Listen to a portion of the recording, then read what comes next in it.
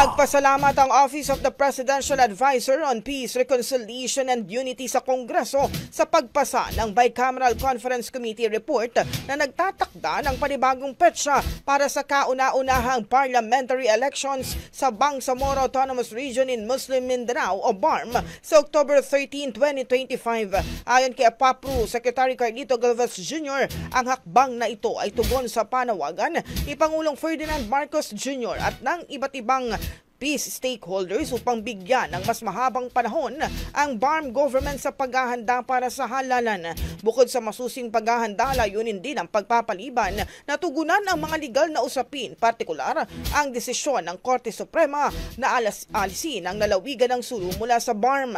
Kasama sa mga pagbabagong ipatutupad sa BARM Codes, inaasahang magpo-focus ang Bangsamoro Transition Authority sa mga amendments na muling maglalaan ng 7 upuan ng Sulu sa iba pang probinsya ng rehiyon.